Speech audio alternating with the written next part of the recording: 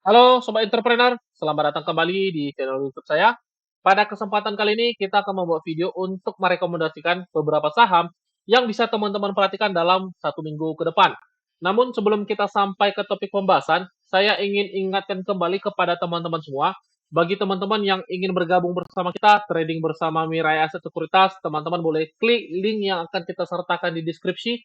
Nanti ketika teman-teman klik link tersebut, teman-teman akan langsung berkomunikasi dengan saya dan saya akan pandu teman-teman bagaimana caranya untuk membuka akun Mirai Aset Sekuritas. Nah, benefit yang akan teman-teman dapatkan ketika teman-teman open akun Mirai Aset Sekuritas under saya, teman-teman akan kita masukkan ke dalam dua grup yang dimana dua grup ini menjadi tempat untuk teman-teman mendapatkan segala macam informasi atau juga saham-saham yang menarik.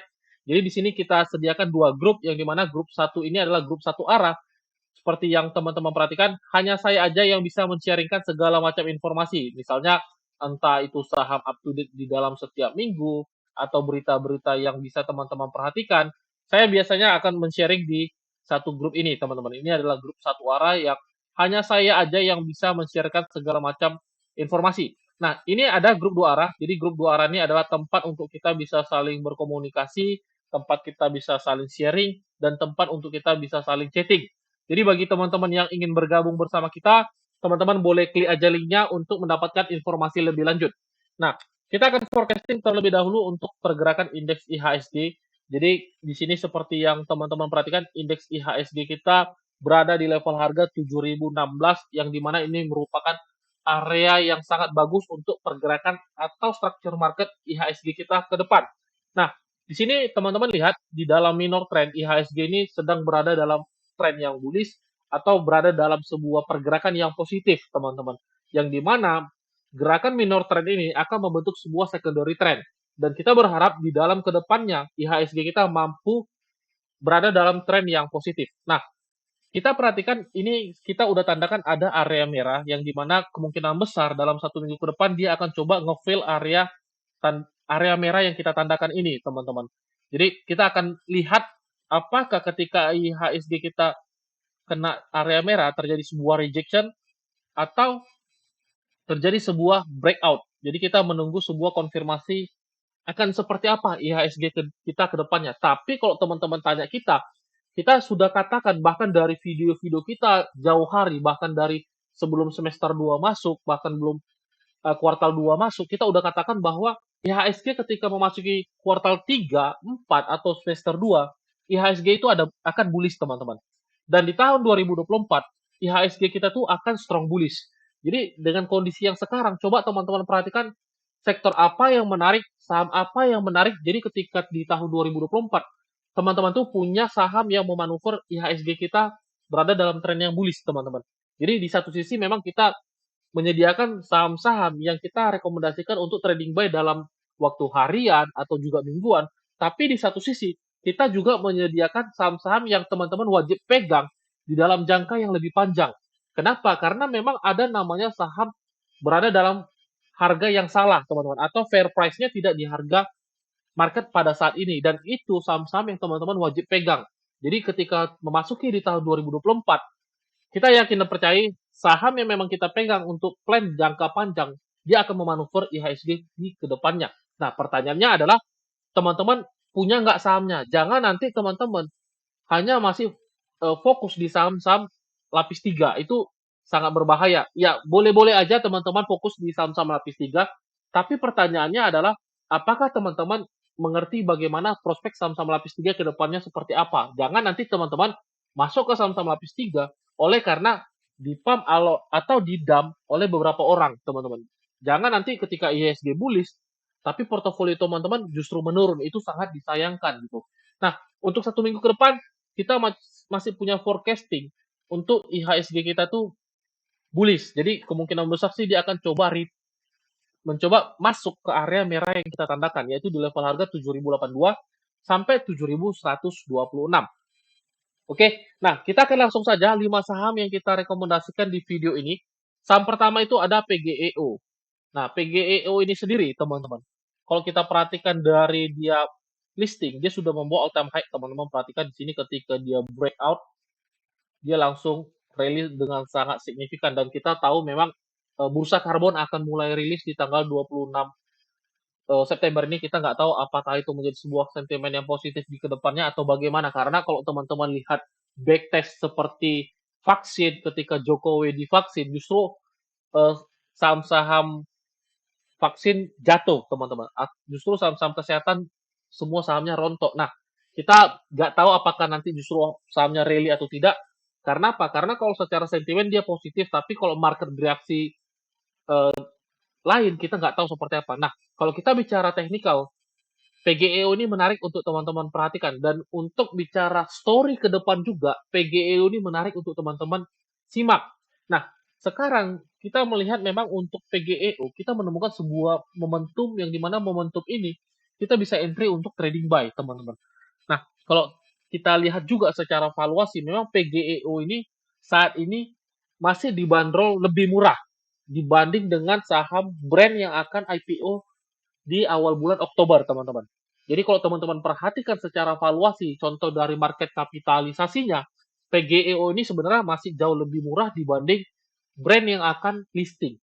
Jadi kalau saya pribadi jujur melihatnya masih ada potensi PGEO ini sendiri untuk rally. Makanya kita mencoba trading buy. Apalagi kalau kita perhatikan secara area, PGEO pada saat ini dia sedang membentuk sebuah demand level. Yang dimana syaratnya dia tidak boleh turun dan close di bawah 1485, teman-teman. Jadi untuk PGEO ini sendiri bagi teman-teman yang ingin lakukan trading buy, teman-teman bisa lakukan kalau seandainya di open market nanti di hari Senin dia terjadi sebuah penetrasi, harga memasuki area warna hijau yang kita tandakan, itu justru bagus. Kenapa? Karena tandanya rasio risiko teman-teman tuh akan semakin kecil. Yang penting perhatikan harga tidak boleh turun di bawah 1485. Kalau seandainya harga turun di bawah 1485, mau tidak mau ya teman-teman wajib lakukan namanya pembatasan risiko terlebih dahulu, teman-teman.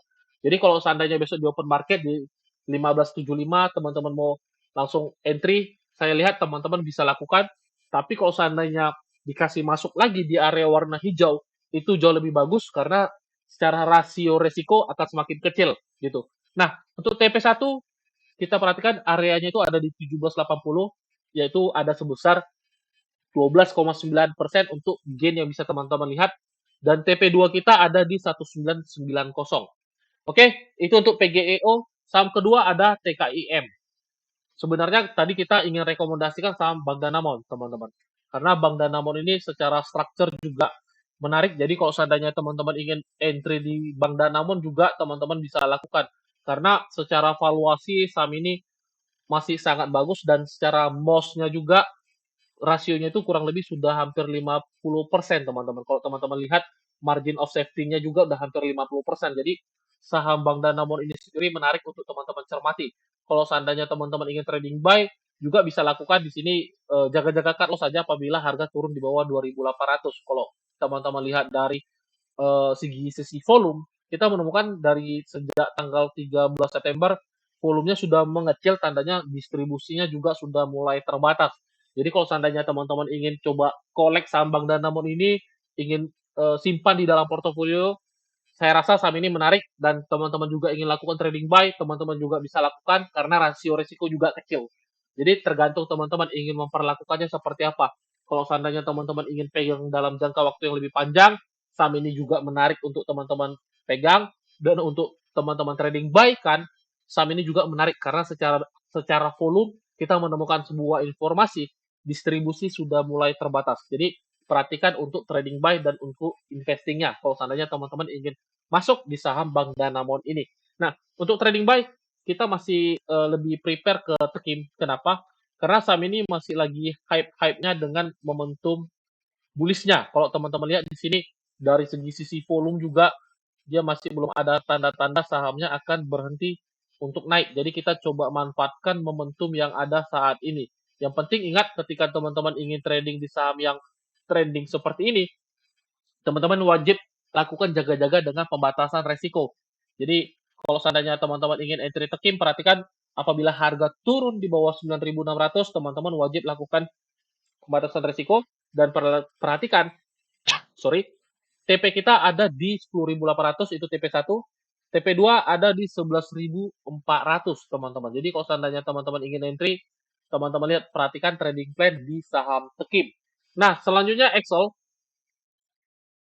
Excel ini sangat menarik. Di sini saya udah forecasting ya. Di sini teman-teman lihat kita tarik channel trendline bearish-nya, terjadi sebuah penetrasi. Jadi di sini kita menemukan sebuah titik yang dimana dia breakout dengan candle yang impulsif dan harganya sudah reversal dari trend bearish ke trend bullish-nya. Nah, di sini teman-teman lihat kita lakukan adjustment atau penyesuaian untuk mengikuti sebuah tren di dalam saham Excel ini sendiri. Kita menemukan sebuah klasteran demand level, yaitu di level harga 2.300 sampai 2.400. Kalau seandainya teman-teman belum punya barang, teman-teman bisa entry di saham Excel ini. Perhatikan sebuah resiko kita apabila harga turun di bawah 2.300, teman-teman wajib lakukan namanya pembatasan resiko terlebih dahulu. Untuk take profit, kita langsung buat di level harga 2.700. Kalau seandainya harga sudah kena 2.700, kita akan lakukan analisa kembali atau lakukan adjustment untuk saham Excel ini sendiri. Kalau seandainya besok di hari Senin terjadi sebuah penetrasi lagi, harga coba nge-fill order di area 2.300 sampai 2.400, itu bakal bagus secara rasio resiko. Jadi teman-teman tinggal perhatikan di open market besok, apakah teman-teman mau langsung hajar di harga open atau melihat momentum ketika terjadi sebuah koreksi.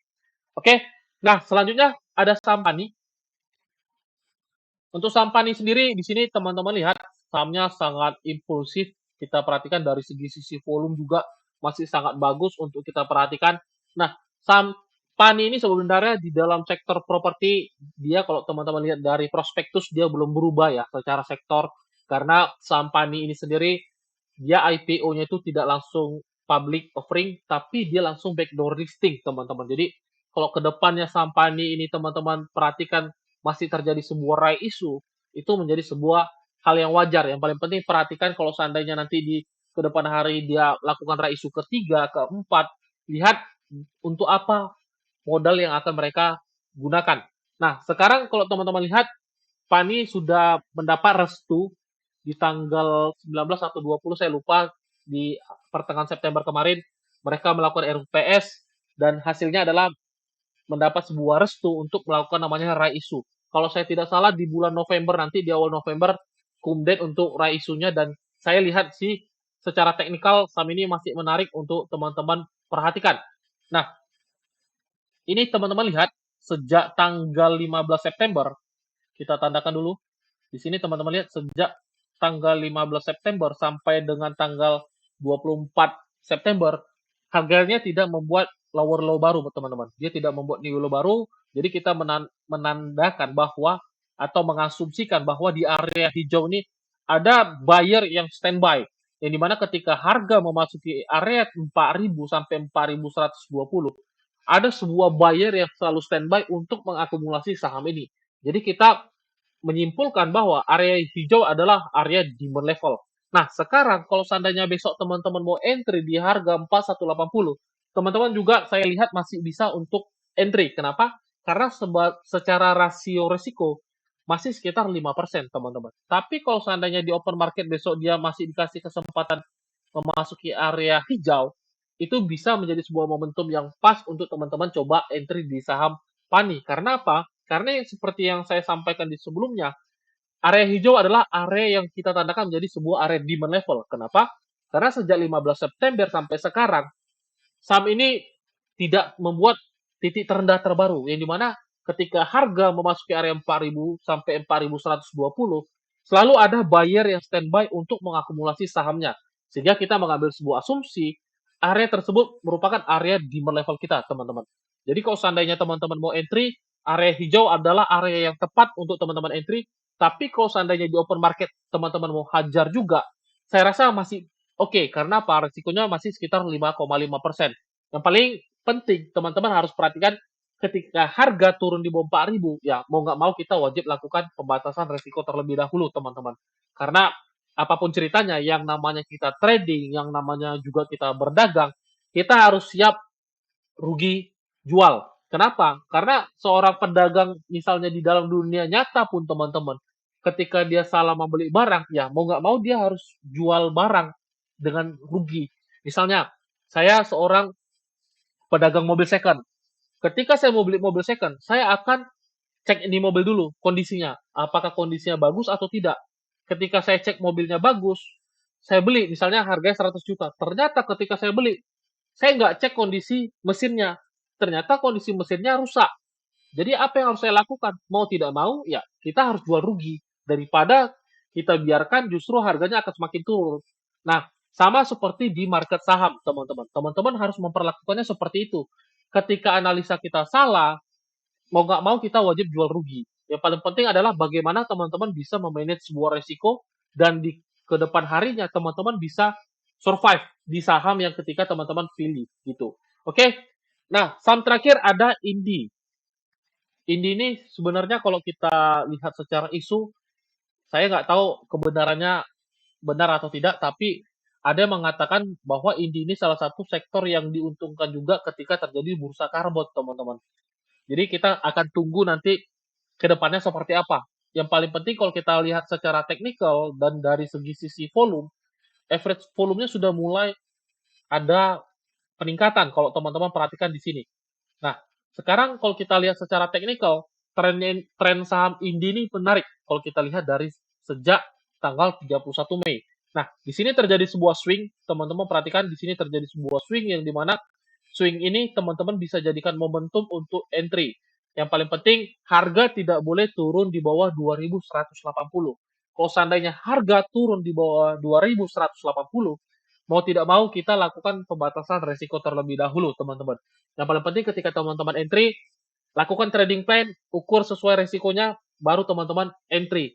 Jaga-jaga, misalnya saham Indi teman-teman entry, lihat batasan resiko kita ada di level berapa. Nah, untuk TP1 kita tuh ada di level harga 2450, ini merupakan area supply. TP2 kita teman-teman lihat ada di 2600. Kalau seandainya dia mampu break di atas 2450, ini menjadi sebuah area yang menarik untuk teman-teman perhatikan. Jadi untuk follow the trendnya kita akan lakukan nanti adjustment, penyesuaian seperti apa. Yang paling penting pada saat video ini dibuat, perhatikan trading plan kita, area TP1 di 2450, TP2 di 2600, dan area pembatasan risiko ada di bawah 2180. Oke, mungkin sampai di sini aja videonya teman-teman. Semoga saham-saham yang kita ulas di video ini bisa bermanfaat untuk teman-teman semua. Kembali saya ingin ingatkan kepada teman-teman semua, bagi teman-teman yang ingin mendapatkan update saham seperti ini secara real time, karena kita juga selalu update setiap bursa berdagang, setiap bursa aktif, kita selalu update saham-saham apa yang menarik untuk teman-teman perhatikan gitu. Jadi bagi teman-teman ingin join, klik aja linknya, nanti teman-teman akan kita pandu bagaimana untuk membuka akun Mirai Aset Sekuritas. Oke, sampai di sini aja videonya. Sampai jumpa di video-video selanjutnya. Salam entrepreneur.